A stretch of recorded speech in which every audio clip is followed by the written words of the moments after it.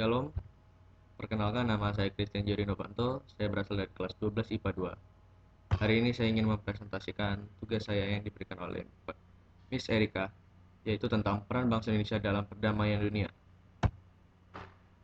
Yang pertama ialah Konferensi Asia Afrika atau yang biasa disebut dengan KAA. Pertemuan ini berlangsung pada tanggal 18 April hingga 24 April tahun 1955 di Gedung Merdeka, Bandung, Indonesia, dengan dihadiri oleh 29 negara yang mewakili dalam konferensi tersebut, dengan tujuan untuk mempromosikan kerjasama ekonomi, kebudayaan Asia Afrika, dan melawan kolonialisme. Ada beberapa latar belakang terbentuknya konferensi Asia Afrika ini, yaitu yang pertama, kedua benua saling berdekatan letaknya. Yang kedua, keduanya memiliki persamaan dalam budaya, agama, dasar dan agama. Yang ketiga, kedua benua sama memiliki nasib dijajah bangsa barat. Yang terakhir, melemahnya kaum imperialis akibat Perang Dunia Pertama dan Dunia Kedua. Setelah itu, Dasar-Sila Bandung. Dasar-Sila Bandung ini berasal dari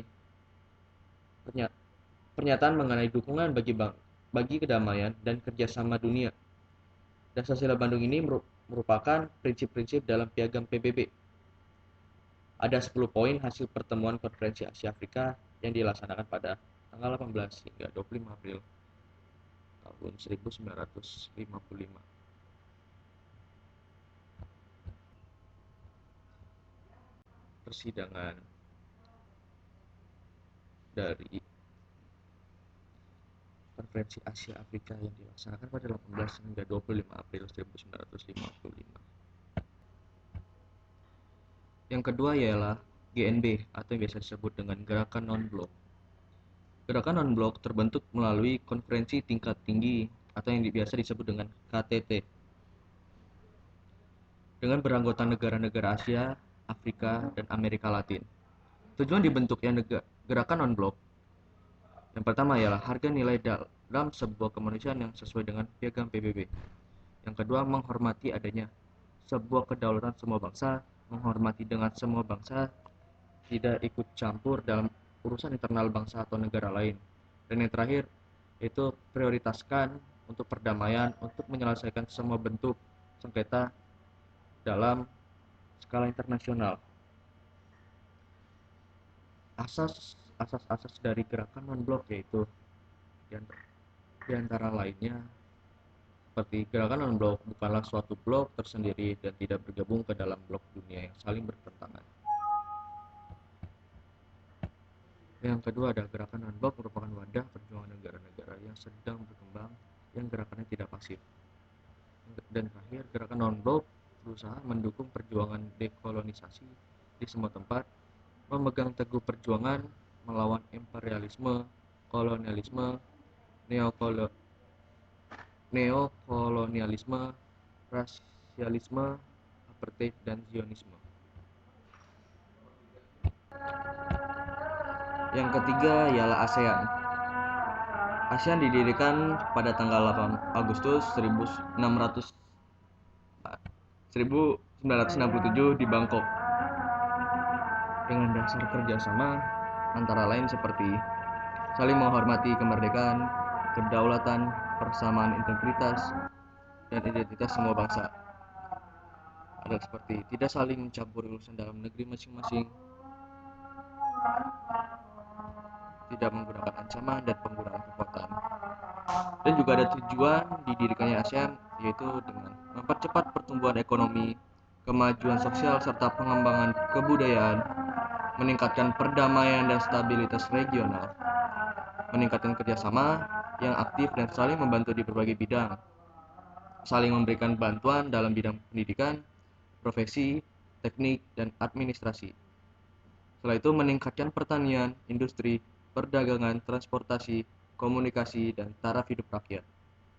Setelah itu ada memajukan pengkajian mengenai Asia Tenggara. Dan yang terakhir, memelihara kerjasama dengan berbagai organisasi internasional dan regional lainnya. Yang keempat adalah Organisasi Konferensi Islam atau yang biasa disebut dengan OKI.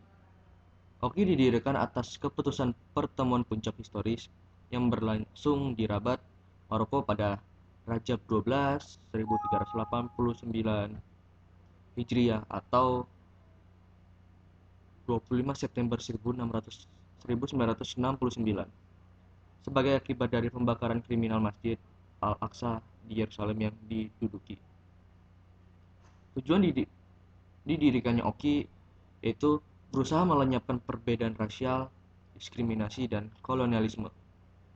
Setelah itu ada mengkoordinasi usaha-usaha untuk melindungi tempat-tempat suci, memperteguh semua perjuangan umat Islam, dan yang terakhir memperkokoh solidaritas Islam di antara negara anggotanya, memperkuat kerjasama dalam bidang politik, ekonomi, sosial, budaya, dan iptek.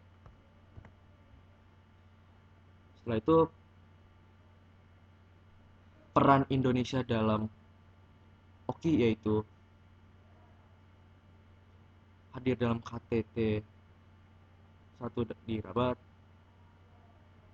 gagasan tata informasi baru dunia Islam. Setelah itu ada ketua komite OPSIC, tuan rumah konferensi tingkat menteri atau KTM OKI ke-24. Setelah itu tuan rumah konferensi tingkat tinggi OKI 2014.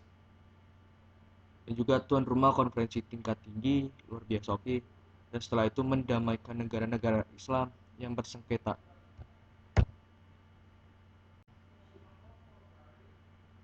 Terima kasih kepada Miss Erika yang telah memberikan saya kesempatan untuk mempresentasikan tentang tugas yang Miss berikan kepada saya.